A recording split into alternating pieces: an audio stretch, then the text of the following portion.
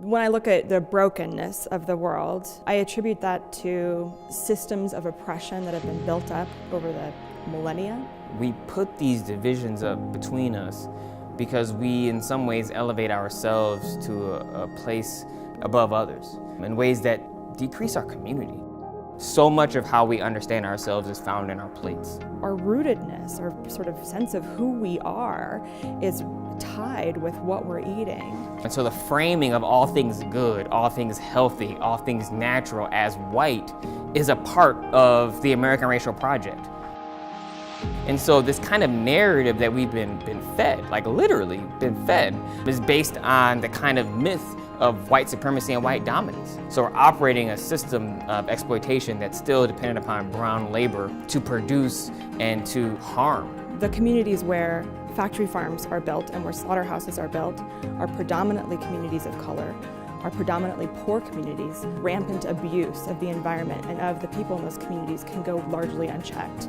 We don't typically eat by coming up with some kind of rational conclusion. We have a certain story. Most of us want to tell a story about us being people who care about the environment, who care about animals. But yet we manage to go around and not bring that story into the way we eat. You know, the biblical traditions, Judaism, Christianity, Islam, talk about agriculture all the time in their sacred texts, but they've stopped talking about agriculture in the public sphere. And that's where, real communities come in, like the Jewish community and Jewish community farming movement. I think it's critically important as a matter of faith to stand up for and to speak up for those who were marginalized and oppressed, particularly by systems of injustice. I think it's so important that we think, all right, the best way that I can now, in our current reality, care for these people who I love is to serve them food that doesn't cause animals to suffer, that doesn't cause other humans to suffer. For me, Black veganism is an anti-racist way of eating that is a consciousness. It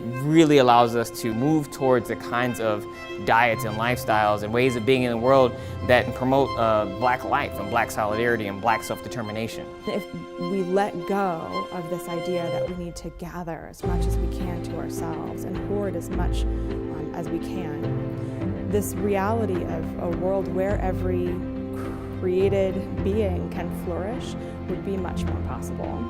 A lot of people committed to this movement. Ultimately, you get to a place where you end up with this kind of overlap sometimes, right? Where you have myself, who's a vegan, who will be in relationship and community with other friends of mine who are white and evangelical, or another friend of mine who's Muslim, or another friend of mine who's spiritual but not religious, but kind of the same thinking.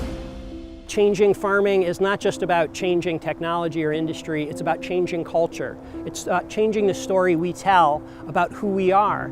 The problem we have with factory farms is not a red or a blue issue, a Republican or a Democrat issue. It's a simple issue of expressing values that we all share. And those are the issues that can unite us. And that's what we need to end factory farming.